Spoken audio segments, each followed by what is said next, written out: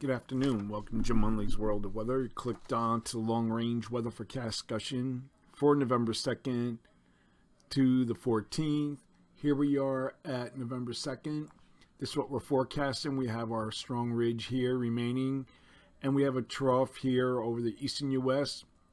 This ridge covers the western U.S.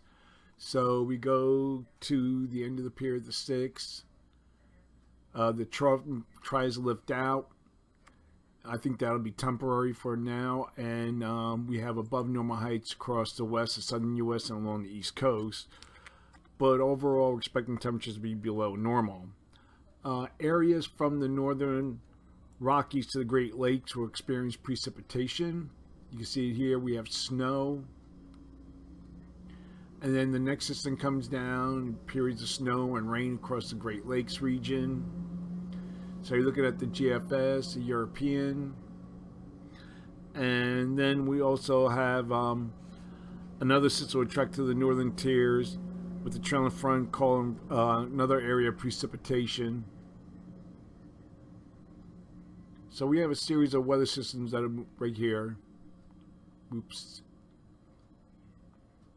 Right here you can see we have periods of snow and rain in the middle of the Mississippi Valley and portions of the Ohio Valley. And we have a front that will stall across Florida. It will be focus for rain and storms, maybe across portions of the southeast.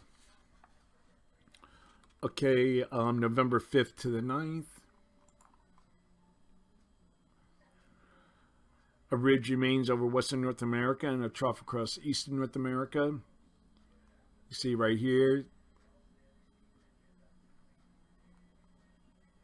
So overall, the models are good agreement. So for this forecast period, I am forecasting above normal temperatures west of the divide, and I'm forecasting anomalies of 4 to 6 degrees above normal, and then below normal temperatures for the plains, the Atlantic coast, with the anomalies of 4 to 8 degrees below normal for precipitation. Calling for below normal precipitation for the northwest, the plains, the middle upper Mississippi Valley, into the northern middle Atlantic and the northeast. And the probability of occurrence is 35%. And then we have above normal precipitation occurring here across portions of the southeast, eastern Gulf Coast states. Probability of occurrence is 35%. As we move to the other period, this is for November 10th to the 14th. The GFS, this is GFS, and it kind of lifts out the trough and keeps heights near to below normal, but it lifts the trough out. And then we look at the other models. This is the European ensemble. Oh, this is the GFS. I'm sorry. See, it raises heights and lifts the trough out, and has a trough in the west. And then we look at the other models. We still show somewhat almost a zone of flow here, but still above normal heights across this area. And then we look at the NAEFS, almost a zone of flow, but still somewhat of a ridge here. And let me see if I can. Then we look at the European ensembles. It has above normal heights, fairly strong heights across much of the nation. So for this forecast period, I want to take a look at this. This is the European weeklies. Now this is for what is this? November 4th. Then we go to November 10th, the 11th, ridge trough.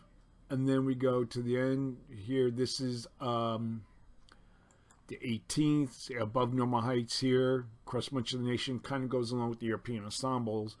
And then we go to 28 days out, zone of flow with above normal heights. Now take a look at the temperatures for the European weeklies. This is the temperatures. Cold like it has been here across the west, a little warmer in the east. And then we go to the 11th. You can see the cold air moves in here. These are anomalies. Now it turns warmer here. And then we go to the 18th. It kind of modifies here. The cold kind of lifts out. Still warm out here. Fit 10 to 20 degrees. And then we go to the end of the, Then we go to the end of the period, near to above normal